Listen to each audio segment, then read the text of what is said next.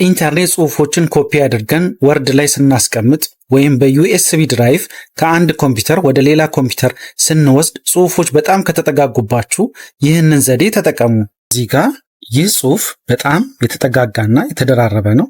ስለዚህ ይሄን ለማስተካከል እንዴት ነው የምናደርገው? መጀመሪያ ሴሌክት ለማድረግ ኮንትሮል ኤ፣ ከዛ ኮንትሮል ዲ፣ ከዛ እዚህ አድቫንስድ የሚለው ታብ ላይ እንገባና እዚህ ጋር ስፔሲንግ የሚለው ላይ ይሄንን ኖርማል እንለዋለን። እዚህ ጋር ስኬሉን 100% እናደርገዋለን። ከዛ እዚህ ጋር ኦኬ ስንለው በዚህ መልኩ ይስተካከልናል ማለት ነው። አንድ በታች ላይኒንግ ስፔስ ለመስጠት ከፈለጋችሁ እንዴት ነው የምታደርጉት? በመጀመሪያ ሴሌክት ለማድረግ ኮንትሮል ፕላስ ኤ፣ እዛ እዚህ ሆም ታብ ላይ ትገቡና እዚህ ጋር ላይን ኤንድ ፓራግራፍ ስፔሲንግ የሚለው ውስጥ ላይኒንግ ስፔሲንግ ኦፕሽን የሚለው ውስጥ ትገባላችሁ። ከዛ እዚህ ጋር ትመጡና አት የምትለው ላይ እዚህ ጋር 0.8 የምፈልገውን ከአንድ በታች ከዛ ኦኬ ስለው ከአንድ በታች ላይኒንግ ስፔስ መስጠት እንችላለን።